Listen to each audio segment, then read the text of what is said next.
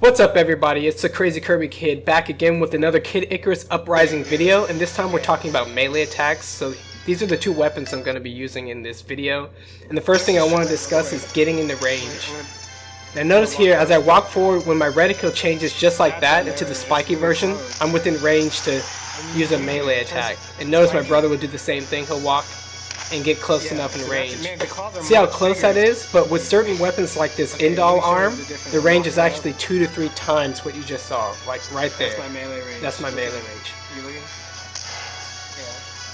So when you get within 10 meters, dashing to the side turns into this circle strafe. And notice how it goes a certain amount depending on the distance you are from your target. So when you're really close like this, it turns into a 180. You do a 180.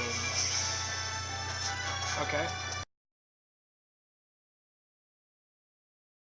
So try it. And but now we're going to talk about the armor that you get when you're in the middle of a melee attack.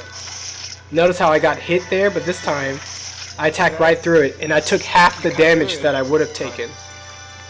And notice my brother's going to do the same thing. First shot he gets hit, and he cuts right through the second one and takes less damage. So you get a little bit of advantage for being aggressive and using your melee attacks well.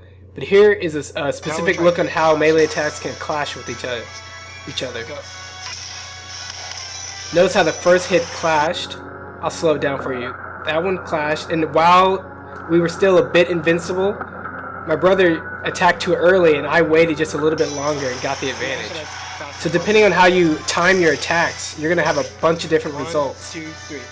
Notice here, our first 3 shots clashed, but the second one's whiffed because we mashed it a little too quickly. It's all about timing. 4, 5, 6, 7, 8 clashes, and then the attacks go through. And if your back is turned, it's a lot harder for your character to return with the melee attack. As you see here, it depends on where you're aiming and which direction your character is facing. So there's a little bit of timing and spacing involved. Yeah, if you melee attack. Now notice here, if your opponent does a dash attack, and you melee to counter him by standing still, they're going to be stuck in a significant cooldown animation for their attack, while you can attack immediately after. So with all these parts put together, there's a whole bunch of different engaging encounters that can happen. 1, you can lose outright depending on your spacing. 2, you can use your melee armor and cut through. Or 3, both of you can clash. From here we're going to look at a couple of real scenarios. Notice how the dash around the circle strafe almost makes you disappear like in an anime. Yeah. Okay, just try. Use the melee armor right there. Clash. Use the backwards dash shot. And just like all the different elements I discussed in the last video, it all comes into play in and out of this melee game.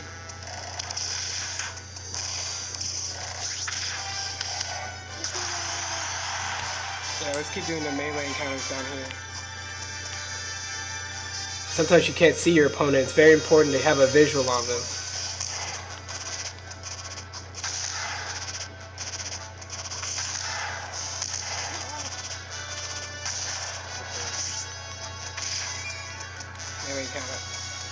Clash opens up the circle strafe game. He got behind me, but he waited for me. And I was anticipating that my brother would be aggressive, and he waited and got the full melee combo off. So though it's easy to do a melee combo, it's hard to get all of your hits in because of the interplay system. Look how much interplay there is. And it's all in a triangle, so just a little bit of patience here would go a long way, but it's really hard to be patient in the middle of battle. And that's everything. Check out my review on my blog, criticalgaming.com. This has been Kirby Kid. See you next time.